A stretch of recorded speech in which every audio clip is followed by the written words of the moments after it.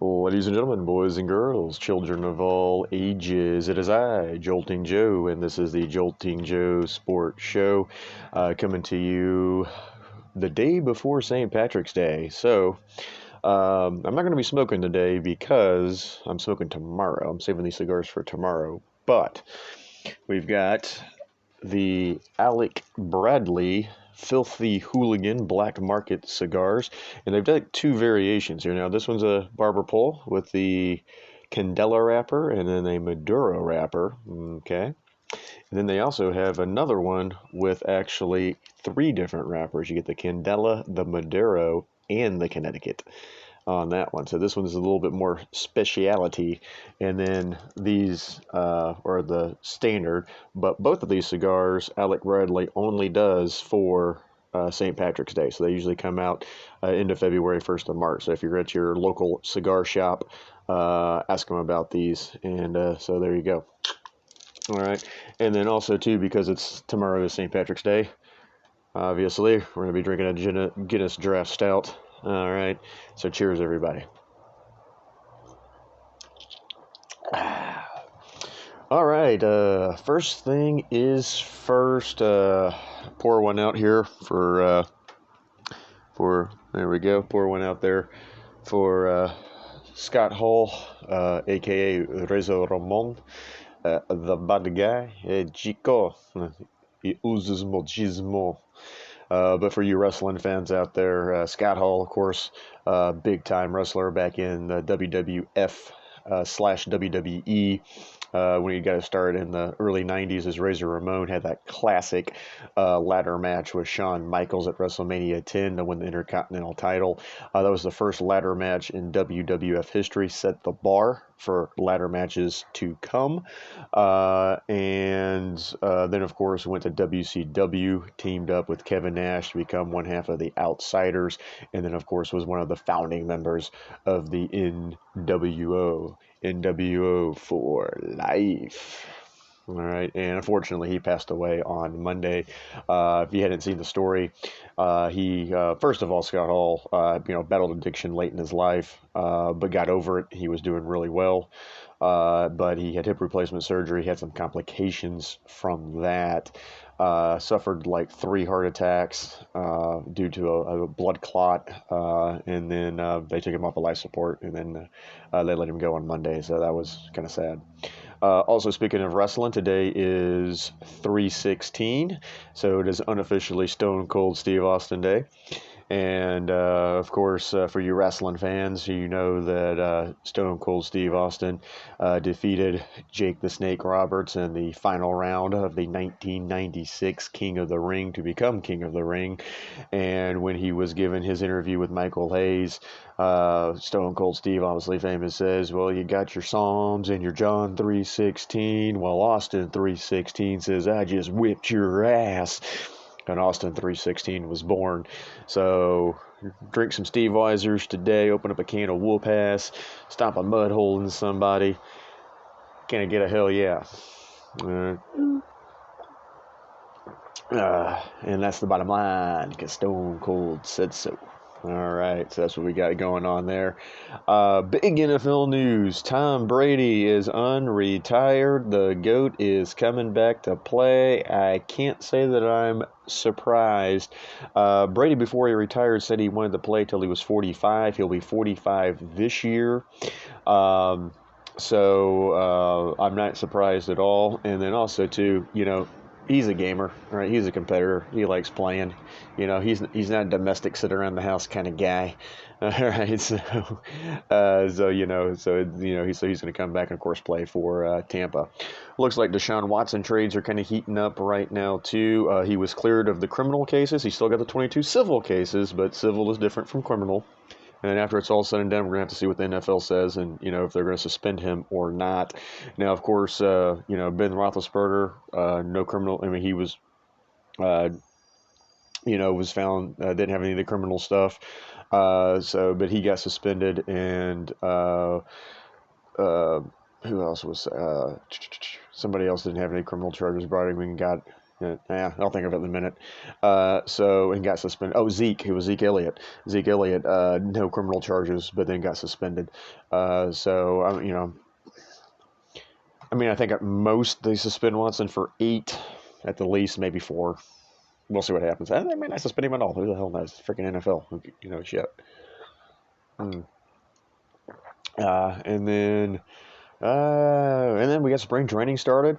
All right, teams are down in Florida, also out there in Arizona. So you got the Cactus League and the Grapefruit League, and so all that fun stuff. Braves signed Matt Olson. Looks like they're going to let Freddie Freeman go. So no.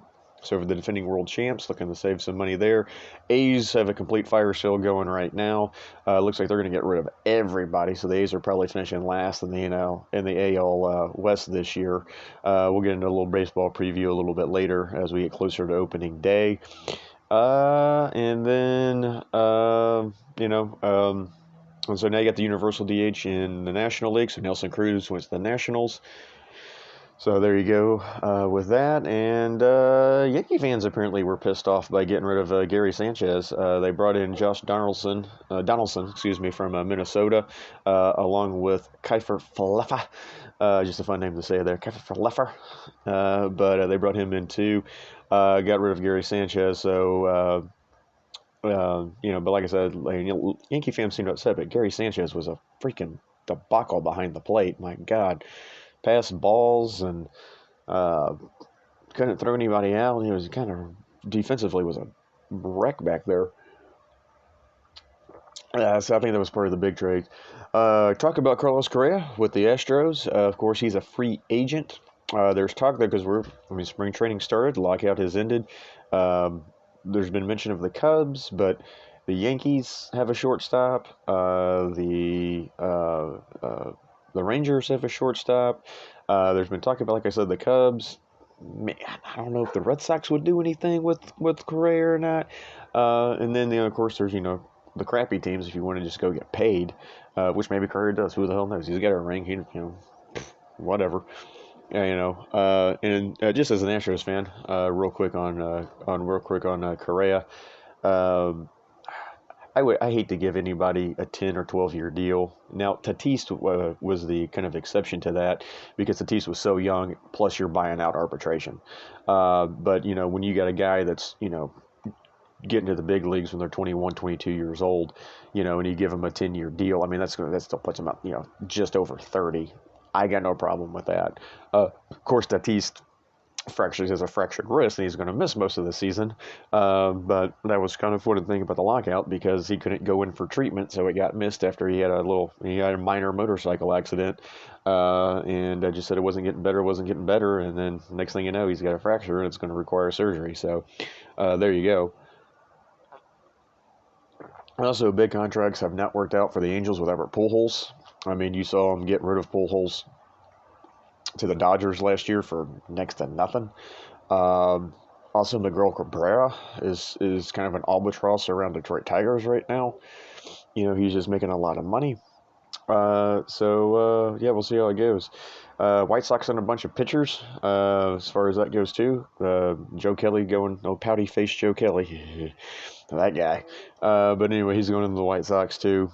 And then, like I said, with Correa, like these long-term deals, um, like I said, if he wants 10, 12 years, if he wants Francisco Lindor Monday, or and then the other guy that signed this offseason, Machado, was it Machado? No, Machado was a couple of years ago.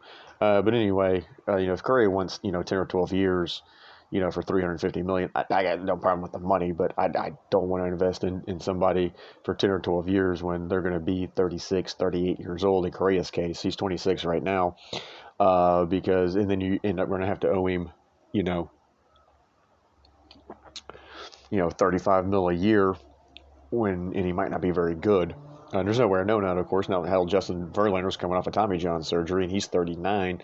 So we'll see how he goes. But I mean, that guy, but he's a horse. He's kind of Nolan Ryan's his idol, and Nolan Ryan pitched till he was 46.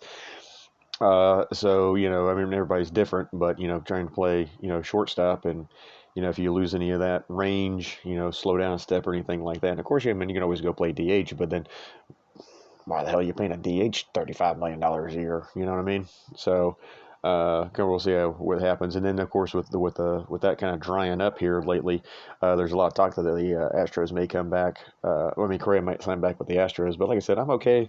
5 to 8 years, I think. I know Jim Crane, the owner, doesn't like doing anything over 5, which I kind of understand. If they maybe compromise, meet in the middle somewhere, like I said, 7, 8 years maybe, for, 30 mil a year, 35 mil a year, maybe okay with that. And then you figure, okay, Correa is going to be, 30, 31 to 33 or so. And then, if he wants to go and try to get another big payday, he can after that, if he's still any good. And then that's part of the reason probably he wants to get a big payday now, because once again, you don't know how you're going to be when you're in your late 30s. So, some guys slow down, some guys don't. It kind of depends. And then plus, Correa's had some, injury issues in the past. So, we'll see what happens with that. So that's what's going on. Now, not only is tomorrow St. Patrick's Day, but March Madness starts tomorrow. It's the NCAA tournament starting with that. So I figured we'd just spend a while here figuring that out.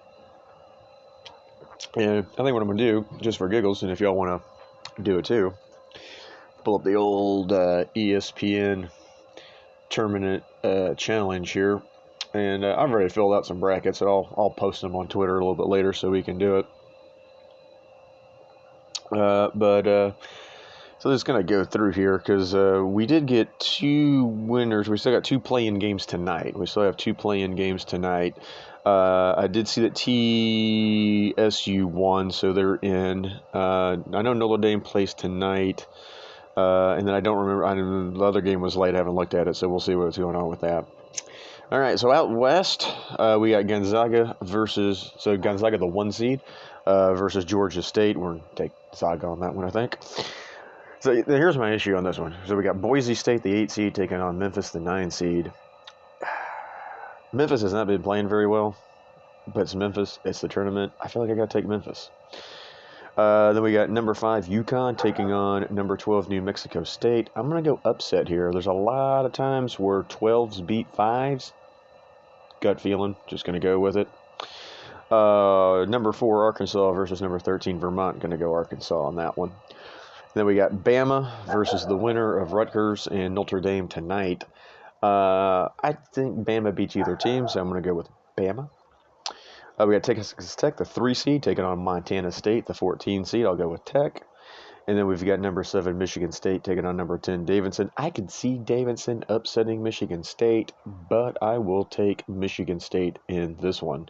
And then Duke over Cal Fullerton. Duke, of course, number 2 seed. I'm going to go with Duke in that. All right, in the East here, we've got number 1 seed Baylor taking on Norfolk State. I will take Baylor. And then another tough 8-9 matchup here. We got UNC taking on Marquette. I think I gotta go UNC though, so I'm going with UNC. Then we've got St. Mary's taking on Indiana. St. Mary's is the 5 seed. I'm gonna rock with St. Mary's at least for 1 round. Kind of dig it. All right, then we got number 4, UCLA, taking on number 13, Akron. I will go with UCLA. And then we've got Texas taking on number 11, Texas Tech. Now, look, I'm a Texas fan. There's a damn good chance that Texas loses in the first round like they did last year, but I got to take Texas to get out of at least the first round, so I'm going to go with Texas. All right, and by the way, this is the East, if I didn't mention that before. Number 3, Purdue over number 14, Yale. I will take Purdue, the Boilermakers. And then we got number 7, Murray State, taking on number 10, San Francisco. I'll go with Murray State on that one. And then we got number 2, Kentucky, taking on St. Peter's. Got to go, of course, with UK on that one. Moving on to the South in the round of 64. Number 1 seed, Arizona, taking on... that's right. They're playing games tonight for that one. I'm just taking Arizona. Then we got Seton Hall versus TSU. This is a hard one for me because Seton Hall, good baseball team. Also, they usually do pretty decent in the tournament. And they're an 8 seed. You got number 9 TCU. I can see TCU defeating.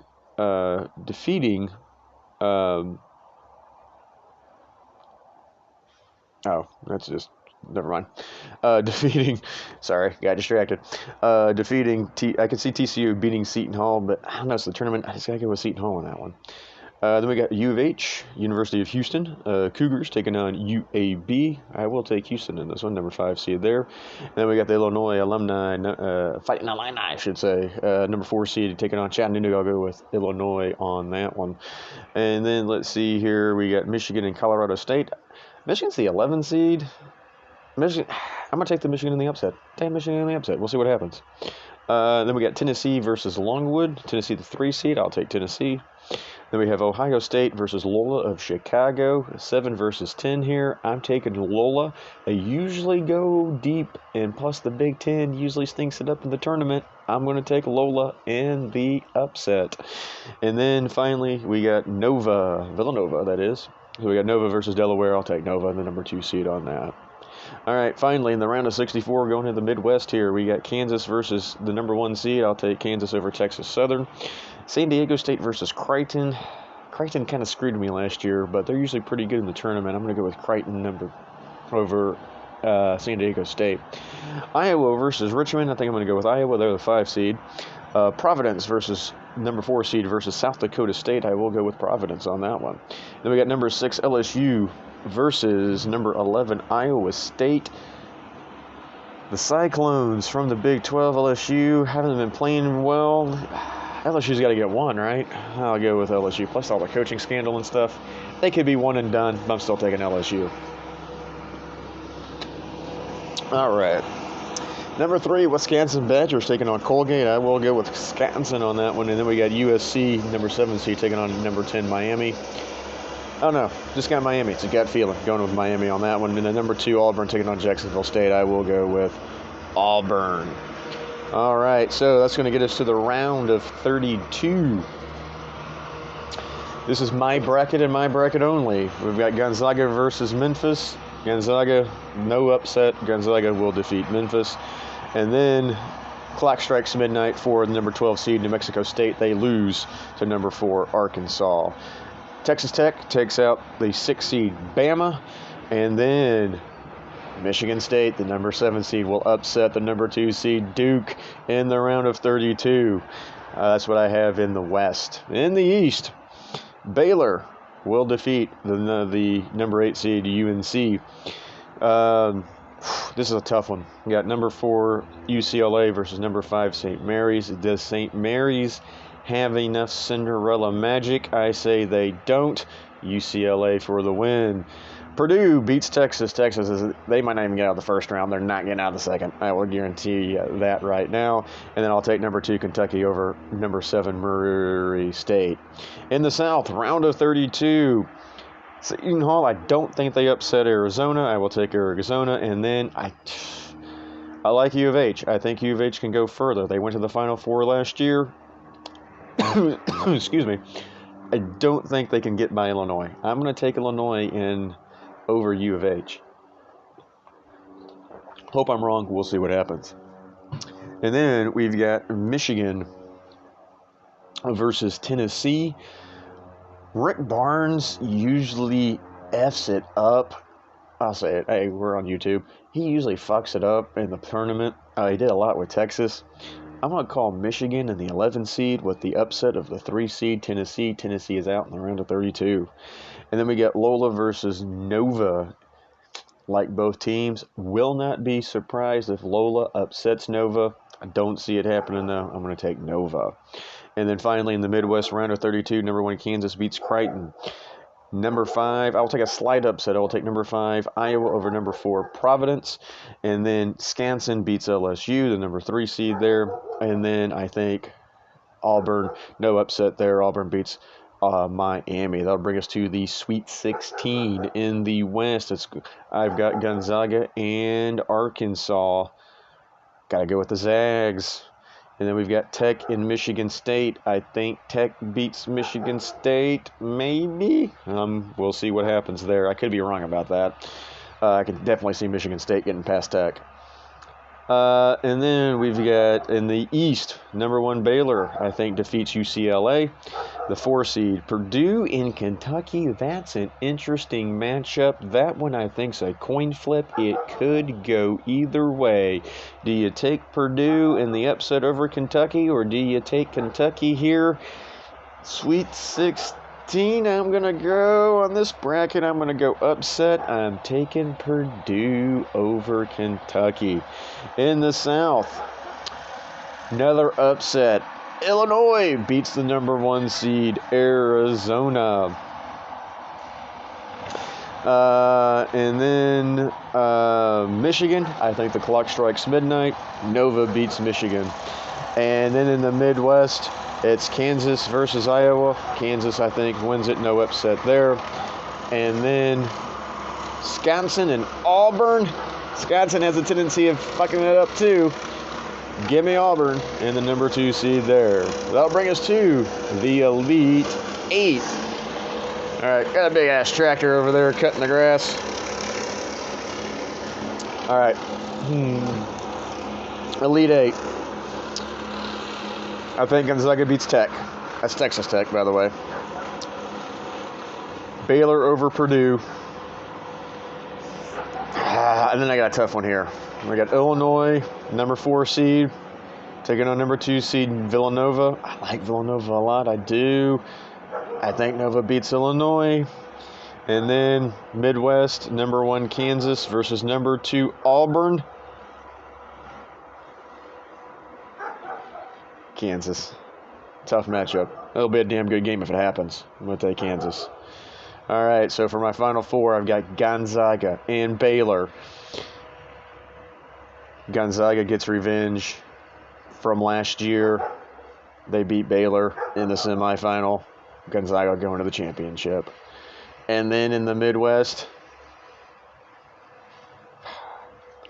I think it's Kansas getting by Nova. We're going to have 2 number 1 seeds in the championship. And then Gonzaga got close last year. They got real close. Made it all the way to the championship game. This year, I think they sealed the deal. I'm going to take Gonzaga over Kansas in a close game. Maybe it comes down to the final shot. Maybe it's only a 3-point game, something like that. Maybe, game in the 60s or so, something like 68, 65, somewhere in that general neighborhood. I'll take Gonzaga to win the national championship. Of course, this is all a crapshoot. I've got no idea if any of this is going to happen. Nobody knows for sure what's going to happen. It's March Madness. What are you going to do? All right, it's going to be upsets galore. So I'm doing a pool too. Probably end up doing 2. I know real men only do 1, but most people try to make as many as they can. I'm going to probably shoot for 2, and we'll see what happens here. So that's what we got going on. All right, so that's our March Madness tournament. Begins on Thursday with the round of 64. Will be Thursday and Friday across 4 different networks, I believe. Should be the Turner Networks, TBS, TNT, also True TV, which of course this is the only time of year that we know what channel True TV is, because not many of us are watching Bar Rescue and crap like that, to be completely honest with you. And then of course CBS is the flagship for the tournament, and that's where all the big games will be at, national championship and all that kind of fun stuff.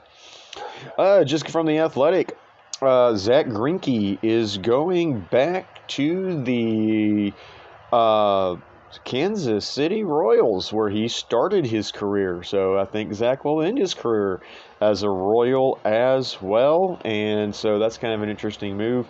Of course, Zach came over in the trade in 2019 from the Diamondbacks, went to the Astros, played for the Astros for half of 2019, all of 2020, and all of 2021, and got to see him pitch a couple times, and I love Zach Greinke. He's a goddamn national treasure, man. He's just, he's got that social disorder, but he's probably got like Asperger's or something like that, which is kind of high functioning autism, because he doesn't really like talking to people too much or anything, and he's just kind of who Zach is. He'll go sit among the cutouts during the 2020 pandemic and sit down there at the pitcher's mound while it's being repaired, and and then he's very honest. He has no filter. And the kind of story last year with Lance McCullers, he was like, yeah, I was trying to throw this four-seam fastball, and it's not working. I'm going to throw it. And Zach told me, he's like, yeah, it's a good thing because that pitch was trash. Yeah, that's just Zach, though. And also, too, a master of the eephus pitch. And it's always funny, too, when he also calls his own his signs from the mound is freaking fantastic as well. That's always great. I'm gonna miss Zach. He's not what he used to be, but my God, I love that man. He's freaking awesome. Love Zach Greinke. But Kansas City's probably not gonna be very good. But hey, go back to where it all started. Very nice there. I got a few minutes here. Maybe just scroll Twitter here, see what's going on. Oh yeah, first the Deshaun Watson trade. I forgot to tell you.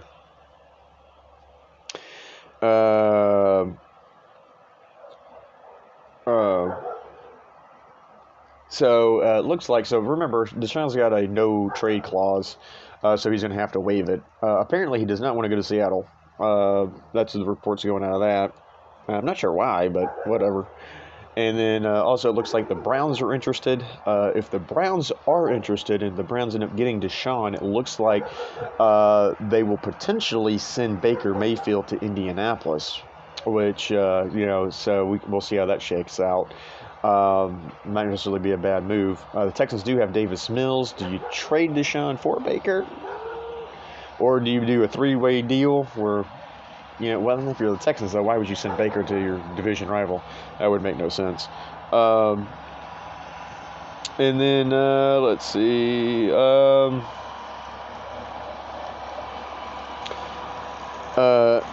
So there's...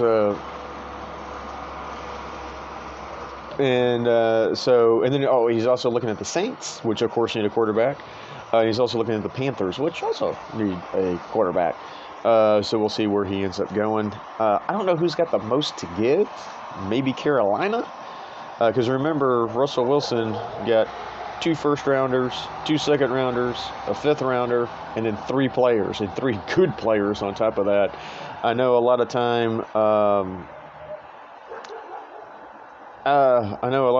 They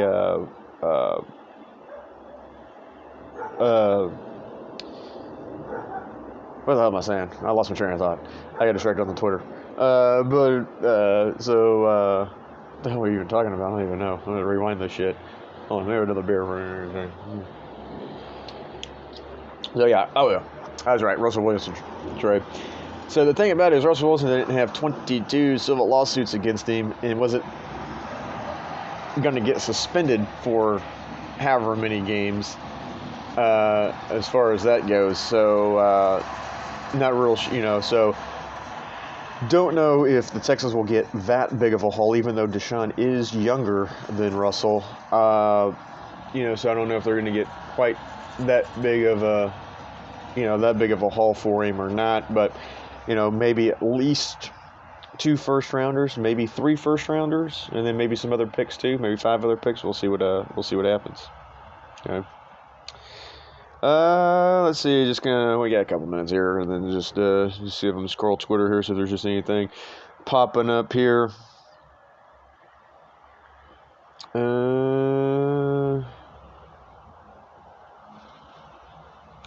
Looks like Brandon Schrift's not going to resign for the Commanders, which is unfortunate because he's a good guard. But I don't think he really wanted to stay in Washington. They franchise tagged him twice. So it looks like we're going to need some more offensive help as far as that front goes. Let's see. The trade for Russell Wilson's official. Let's see here. And it looks like about it.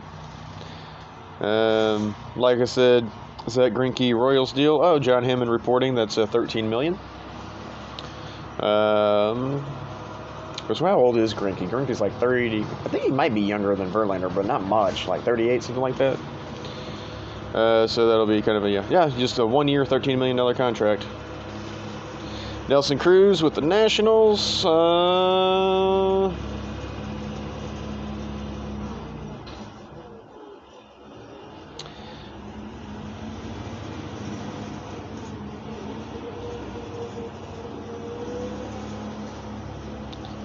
Yeah, I think that's pretty much all the big stuff.